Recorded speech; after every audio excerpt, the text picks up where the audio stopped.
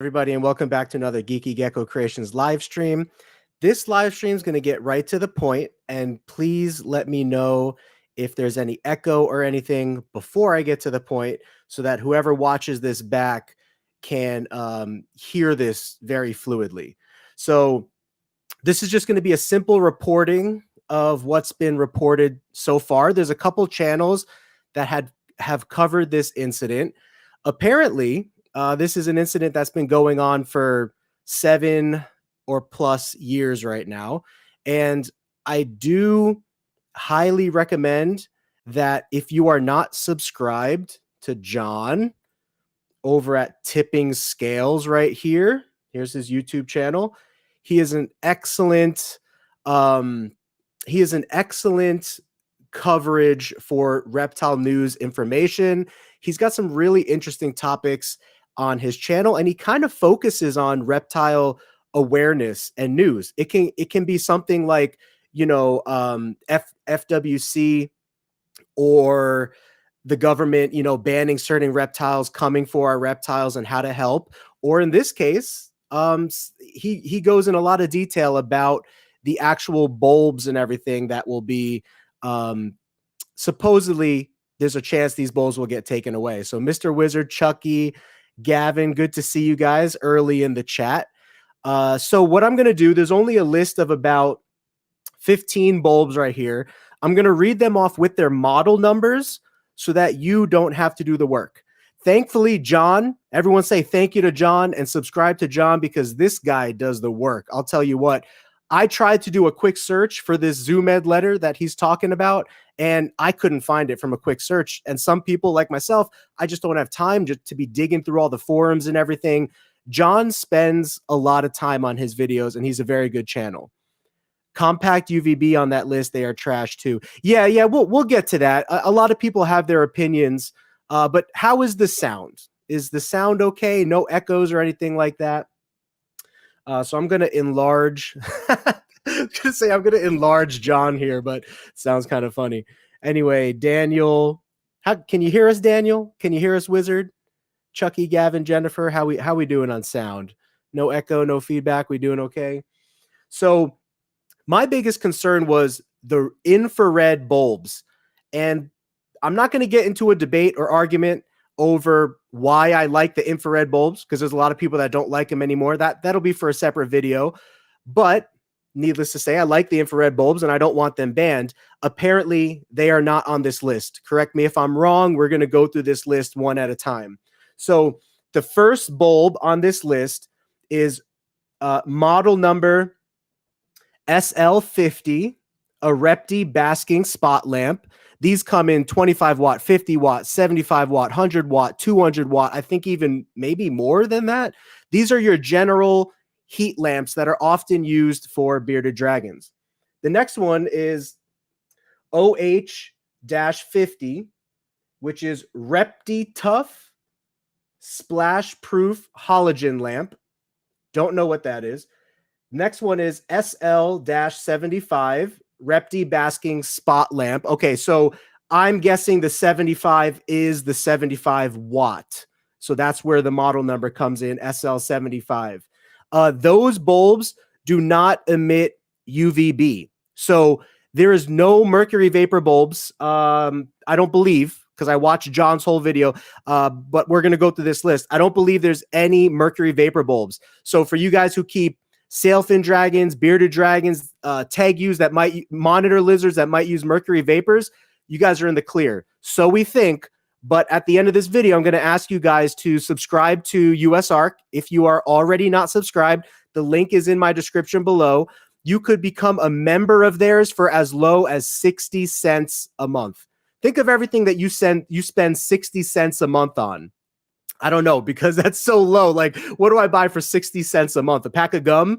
So literally for like a pack of gum, or even less, gum is like $1 a month or something. So for half a pack of gum, you could contribute to an organization that you will be a member of that will help you in situations like this, as well as if your state starts to ban reptiles and stuff. So let's get to the next one, which is going to be OH-75.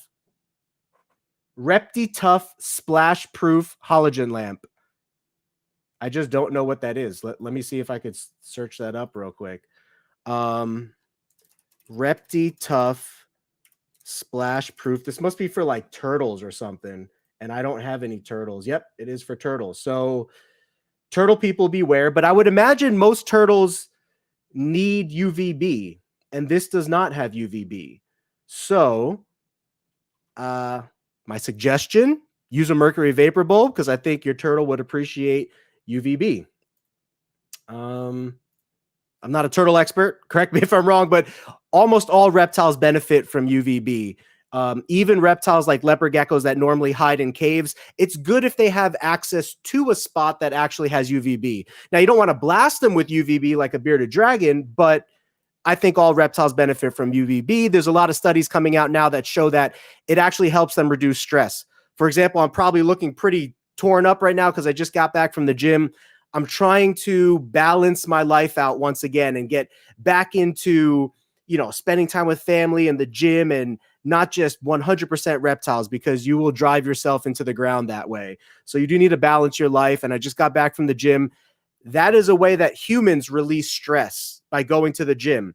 Reptiles don't release stress by running around. A matter of fact, it probably stresses them out more and builds up those stress hormones more in their blood when they are scared and running around. So one of the ways that was recently discovered that reptiles release stress after shipping or when you scare them or while you're training anxious reptiles is UVB. So I'm a firm believer that every reptile keeper should be using UVB for every reptile if they have the capabilities.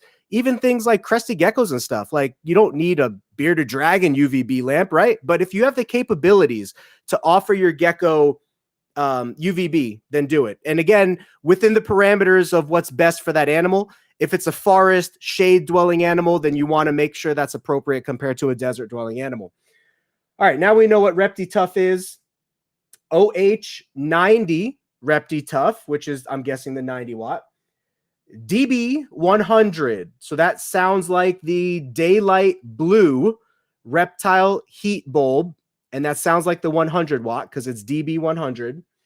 SL100 Repti basking spot lamp. So that's the 100 watt normal bright white Repti spot lamp. You find those everywhere. FSC65, which is a Repti-Sun Mega Compact 65 watt. Hi, Elisa. I don't really use Mega Compacts anymore. I do think that they are extremely useful for smaller reptiles in certain scenarios. And again, this is not going to be a debate over what scenarios and how to set them up, but I have used a lot of compacts and mini compacts in the past. I currently have switched everything over to mercury vapor. It's just my preference, but mercury vapor is really expensive. I will say this. I highly, highly, highly suggest that every single reptile keeper get this. It's on Amazon. It is UVB reptile reader. It is now. No, you don't want those strips. They don't work. Where is it? Right here. There's different models of this. This is not the model I like. So let me see. What is this called, though? Reptile UVB. Reptile UVB digital hand. Let me see. You guys probably know what I'm talking about. These aren't the... Wait, it'll be in my past bought stuff. So Reptile UVB. It's probably going to pop up. No. Maybe they stopped selling Reptile UVB reader. Okay. You're going to have to do a little research on this because this is not necessarily the one that I recommend. Let me actually just look for it here. Reptile UVB reader. Here we go. This is the one. Solarimeter. Okay, let me see if that's on Amazon. Solara meter, was I right? Is it Solara or is it solar meter? Maybe they stopped selling it, y'all. But Amazon used to sell it for like $150 plus tax. Yeah, they have different versions, but these aren't the ones. No, they must have stopped selling them. So anyway, solar meter. So you're going to want to get this. This is what I like. This is what I use. You can see this is $250 right now. It's a solar meter. And so it helps you read the correct levels of UVB. And when your UVB lamps start to lose their strength, this thing is a huge, huge help because you can see when they start to lose their strength and buy new ones. So let's continue on here. Good evening. On the website, there's that Leopard Gecko artist for sale. Artist. We are going to update our website with more leopard geckos here soon, maybe even tonight if I can get the chance. So model number SL100, which is the Repti basking spot lamp, the white basking spot lamp that you see everywhere. Model number FSC65, which is the Repti Sun Mega Compact 65 watt. ASC5, which is the Avian Sun 5.0 UVB. So that sounds like a tubular UVB. FSC10, Repti Sun 10.0. I think that is the compact. Let me see. Repti Sun 10.0.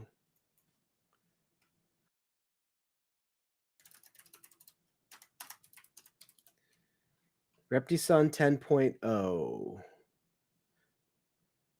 I'm going to have to search it by model number. Let me see here. FSC10.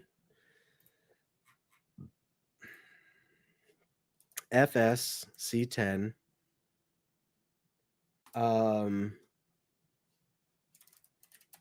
Repti Sun 10.0.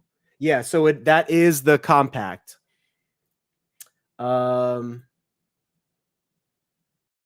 FSC5, which is the Repti Sun 5.0, which is the weaker version. UL-CF1, which is the Ultra Sun 6500K Super Daylight Mini CFL. I don't know what that is, but y'all can look that up if you want. You could, rewind this, and there's that model number. Elisa asked, what is a good bulb for a 75-gallon tank with 3 geckos? So a 75-gallon tank is pretty tall.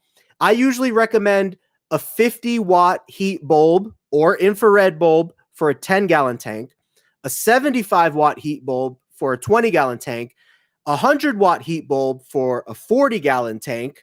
So if you're talking about a 75-gallon tank, depending on how high the bulb is, you might need like a 150-watt heat bulb. Or if you build the dirt so that the geckos can get within about 8 to 10 inches of the bulb, then a 100-watt bulb should be fine. Or even a 75-watt bulb if you can push the dirt all the way up so that the geckos can get close within 8 to 10 inches of the light. And you could also put some rocks and branches there so that they can climb closer to the light as well. Just make sure they don't dig under the rock and then the rock caves in on them. So hope that helps, Elisa. Last two here. Model number FSC3, which is the Repti Sun 3-in-1. I want to know what that is. FSC3, Repti Sun 3-in-1. So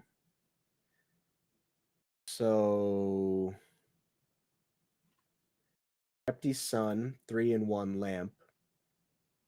I've never used this before. So combines the plant boosting performance and ultra sun bulbs with the UVB found in our Repti Sun. So it's kind of like for plants and reptiles.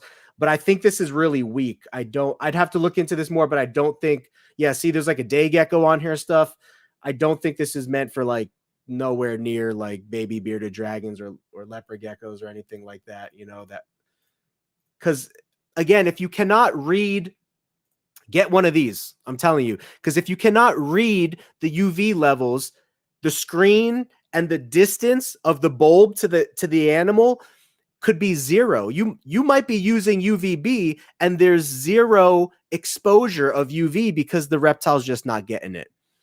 So is there a list of which ones are being discontinued? Yes, I've been reading off the list this entire time.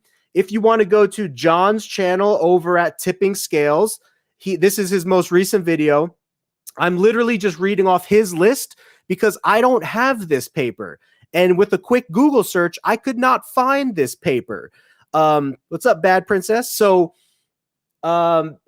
you could either re-listen to this entire podcast because I was reading off the model numbers, and then I was also looking at the ones online that I was unfamiliar with, or you could go to John's channel, pause it at the 35 to 40-second mark, and that's where this is. And then you could also listen to his video because he gives a lot of good history and insight into that, into what's going on. So FS-C3, Reptisun 3-in-1, and the last one, FSCP, which is Paludarium 3-in-1. FSCP. Now, if you've never made a paludarium, they're pretty cool.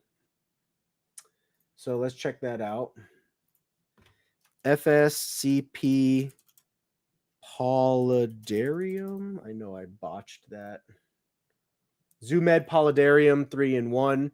So paludariums are usually like half water, half land type setups, right? Or part water, part land setups. But again, this is really weak. This is extremely weak. This might be for like salamanders or frogs or something, right? So don't quote me on that. I'm not an amphibian expert, but I'm just saying this would not be for a reptile that needs UV. There are some reptiles that don't need UV, but again, it's a waste of money unless the UV is actually penetrating the screen and the distance between the reptile and the bulb. So you have to keep those two things in mind.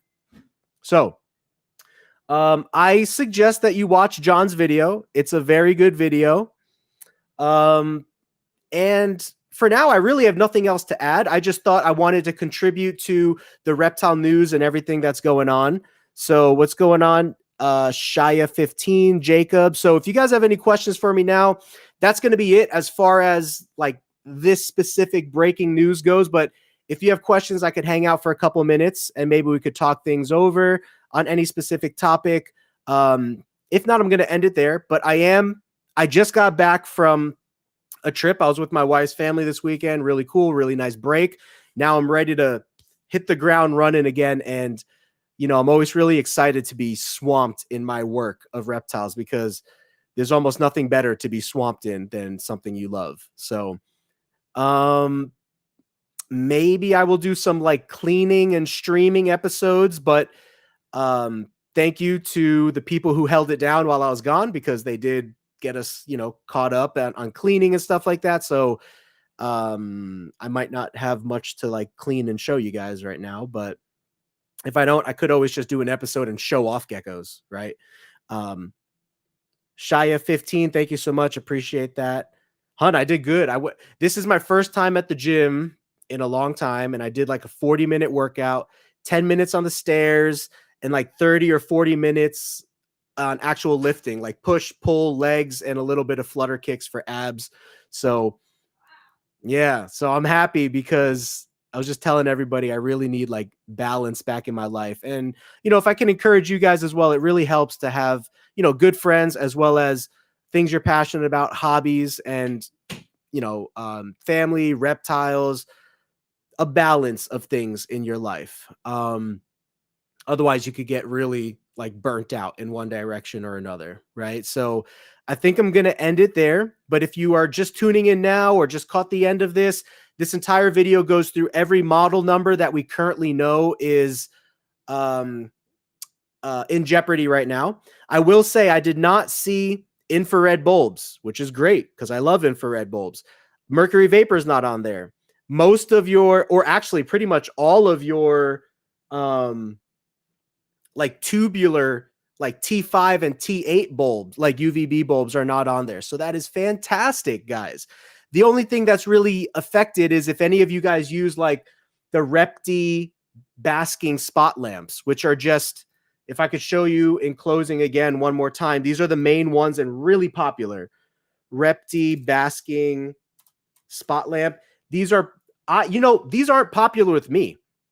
I don't use these. I would rather order something else from Home Depot that I'll show you in a second, which they stopped selling at Home Depot last year, but you can still get it online. Anyway, these Repti, oh, sorry, you're not seeing what I'm seeing. These Repti basking spot bulbs, these are the ones that are in jeopardy. But a good substitute to this is, and Amazon should sell this, outdoor flood lamps. They stopped selling these in Home Depot because they became illegal. And you want par 38. So I don't know if these are also going to go out of style, but I would imagine with this ban taking place in America, this bulb is going to go out of production. I would imagine. That's just my thought. I would need to ask John or somebody who's done a little more research into this. So if you want, buy these up now before they potentially go out of stock. These usually last 6 months to a year, and these create a ton of wide light exposure and wide heat. No UV. So again, this is not for UV.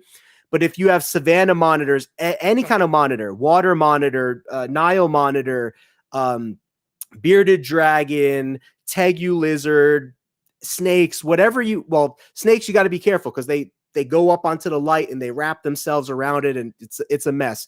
But like lizards and stuff like that, iguanas, this is not UVB, but it is heat and it does produce a lot of heat. You want to get the par 38, 120 volt and outdoor floodlights. These are indoor outdoor. And these should be the same ones that I was getting before. I used to use these for all of our like indoor baby tegus, sailfin dragons before I switched over to like mercury vapor and stuff.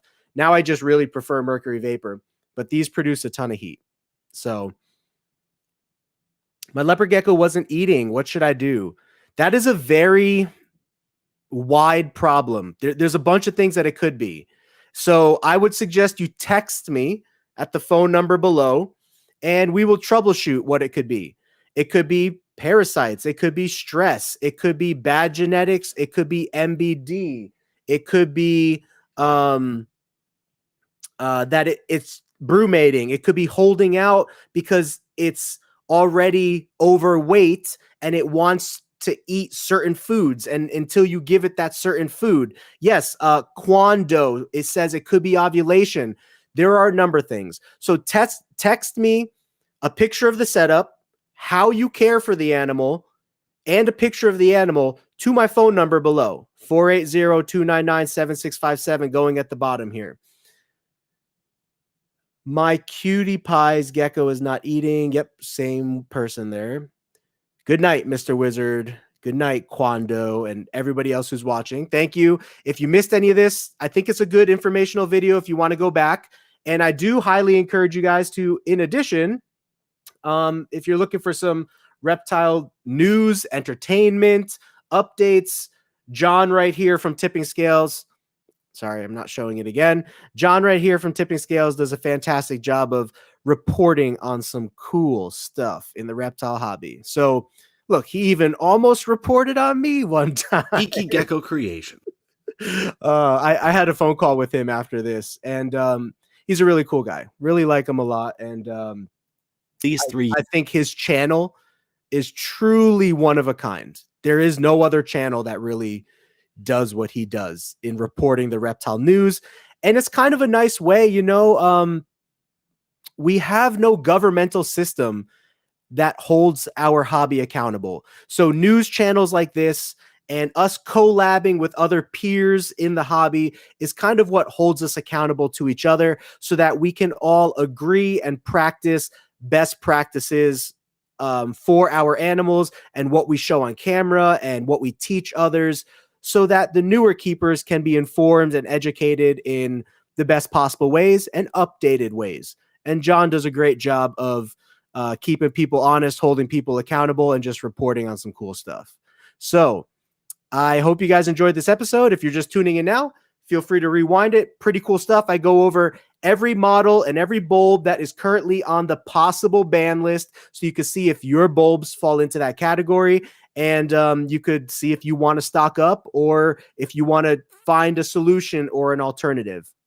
So, Ryan, thank you for following us on TikTok. I have so many TikToks and shorts I need to update. We have some reptile parties we did recently and stuff with some really cool videos. Our Tegus are laying eggs, so cool time of year to be following us. We're going to have a lot of variety of content that we're going to be putting out there. So thank you guys so much. I love you guys. I appreciate you. If you need me, my phone number is below. Our website, geekygeckocreations.com. You can email me there. And I hope to continue growing and learning and collaborating with all you guys. Until then, my friends, stay safe, feed your reptile passion, and I'll see you in the next video. Have a geeky gecko. Great night, y'all. Peace.